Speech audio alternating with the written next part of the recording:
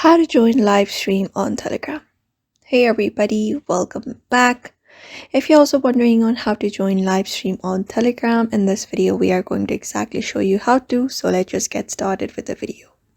So for that, first thing is you can open up your Telegram into your screen, and once you do that you should be finding this interface. So the next step you need to do is you can head over, if you're on Android, at the top left corner of your screen you should be finding three horizontal lines. You can tap on it to open up a menu. So from this given options from the menu, you need to go ahead and select the option that says calls. So here, when you head over to calls, you should be finding all of your call history and video calls and everything right here. Along with that, if you have joined any channel, you should be finding the notifications of the live stream as well on here. So if you have any of the live stream notifications or anything right here, you just need to go ahead and tap it in here, and once that is done, you can just go ahead and join it.